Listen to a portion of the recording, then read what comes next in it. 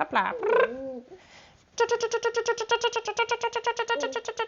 Bonjour et bienvenue pour ce nouvel épisode sur la chaîne de Sailor Mom. Aujourd'hui, j'aimerais vous partager les quelques plateformes, podcasts, bouquins qui ont pu m'aider lors de ma grossesse et lors de mon accouchement. Ça me tenait vraiment à cœur pour ma part de me préparer à l'accouchement pendant ma grossesse, de devenir vraiment actrice de mon accouchement parce que malheureusement, je trouve qu'en France, les femmes n'ont pas encore assez cette initiative. On a tendance à laisser beaucoup notre destin de mère entre les mains du médical. Évidemment, je ne suis pas médecin, donc je ne conseillerais jamais de ne pas faire appel à une équipe médicale. Moi-même, j'ai accouché à la maternité parce que je voulais cet accompagnement.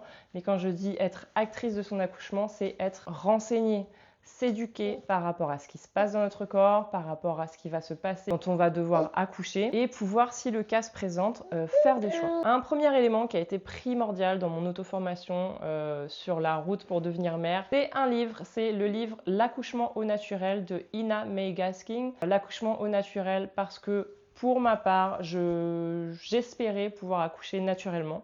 Et heureusement, ça s'est super bien passé pour mes deux accouchements, donc j'ai réussi ce goal que je m'étais fixé sans me mettre d'œillères et évidemment me dire que si ça ne va pas comme je veux, si ça ne marche pas, doit y avoir un déclenchement, une césarienne d'urgence, etc. Évidemment, j'étais open.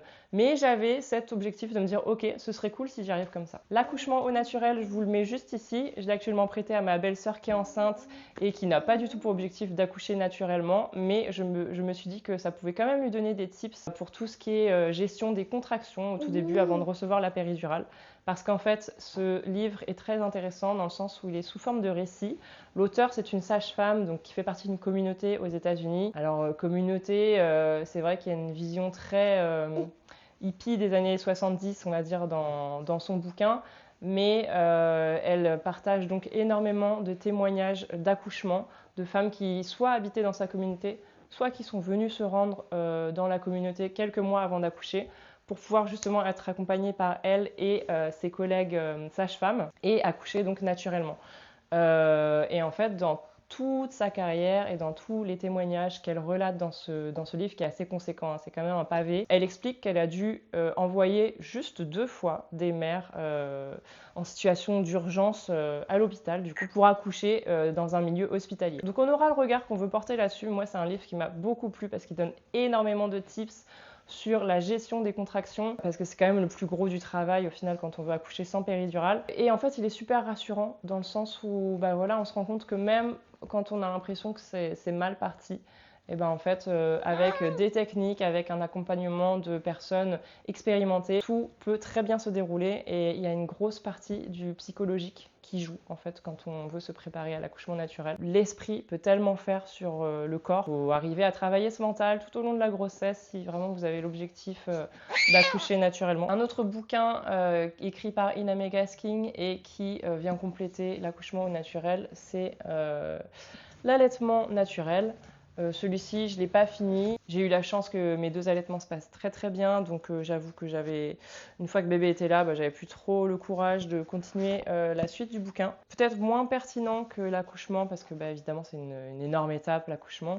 Mais en revanche, je pense très utile pour toutes les femmes qui souhaiteraient avoir des tips pour allaiter. Un des médias qui a été les plus formateurs quand j'étais enceinte et que je me nourrissais de vidéos, de podcasts sur des récits de femmes enceintes ou qui avaient accouché en postpartum, ça a été évidemment le podcast Bliss. Pour celles qui ne connaissent pas le podcast Bliss, il est animé par Clémentine Gallet, qui est une mère qui a un jour décidé qu'elle allait interroger les femmes autour d'elle et désormais plus largement des femmes connues ou moins connues avec des récits un peu singuliers. Et à chaque fois, on a le droit à des récits tous plus divers et variés les uns que les autres puisque évidemment, il n'y a pas vraiment un accouchement qui se ressemble et il n'y a pas une histoire de femme qui se ressemble. Et en fait, c'est là-dedans que les découvertes ont été les plus riches pour moi qui évidemment avant d'être enceinte ne m'intéressait pas spécialement à ce sujet. Et la diversité des témoignages sur Bliss fait que vraiment j'en savais beaucoup et que j'ai eu aucune surprise en fait. Donc voilà, vraiment c'est trop important, c'est votre corps, c'est votre enfant à venir. Essayez, si évidemment la peur ne vous paralyse pas, etc. Parce que je sais qu'il y a évidemment beaucoup d'autres raisons pour lesquelles les femmes ne s'informent pas, parce que c'est quelque chose de trop stressant, donc on préfère laisser ça cette gestion au corps médical et bien d'autres raisons. Mais vraiment, renseignez-vous un minimum comme ça, même si vous voulez que vraiment votre rôle soit minimal et que ce soit le corps médical qui prenne en charge et qui vous coach en quelque sorte. Renseignez-vous sur tout le lexique, sur les pratiques, sur ce qu'il est possible de faire et comme ça, au moins vous savez de quoi on vous parle. Si je dois parler d'un troisième élément qui m'a énormément servi durant ma grossesse et durant l'accouchement, pour m'accompagner autant physiquement avec tout ce qui se passait et psychologiquement, c'est plutôt une personne. C'est Eve Simonet. Donc Eve Simonet, je l'ai connue, je ne sais plus par quel canal, mais en fait je l'ai connue à travers son documentaire Postpartum, qui est sorti en 2022. Et c'est cette même année que cette jeune mère décide de créer avec une associée le Club Poussette. Donc Club Poussette dont je parle assez souvent dans mes vidéos.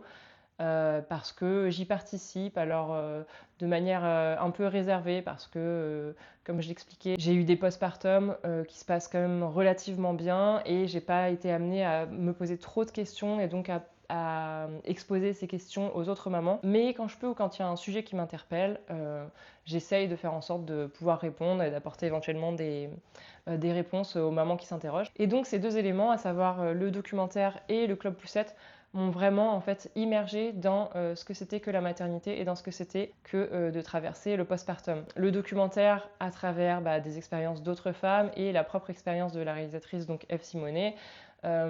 Et le Club Poussette, tout simplement en me retrouvant au milieu d'autres mères qui pouvaient éventuellement vivre la même chose que moi, traverser que ce soit les moments difficiles ou au contraire les moments trop cool, de tendresse, d'observer son enfant qui évolue étape par étape. Ce qui est intéressant, c'est que Eve Simonet, elle a beaucoup évolué dans cette branche-là, donc la maternité et le féminisme, puisque évidemment c'est tout un sujet lié au féminisme, la maternité et les tabous qui peuvent être liés à la maternité.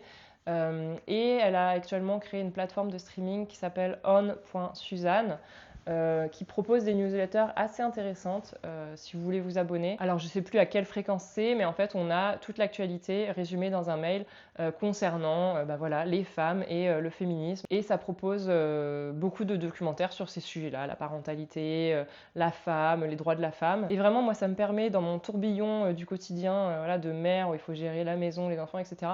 de pouvoir me raccrocher un peu à ça en me disant ok, je suis pas complètement à l'ouest, je sais un peu ce qui se passe sur ces sujets auxquels je suis sensible et de plus en plus sensible depuis que j'ai commencé ces vidéos, parce qu'en fait je me rends compte qu'il y a tellement de thématiques à aborder. Donc voilà, une plateforme de streaming qui propose des documentaires super intéressants, ou au moins juste la petite newsletter pour essayer de grappiller quelques infos quand, comme moi actuellement, on n'a pas le temps parce que bébé dort pas, de regarder des films quand on le voudrait. Voilà, c'est tout, j'espère que ça aura pu être utile et que pour certaines ça aura été des découvertes.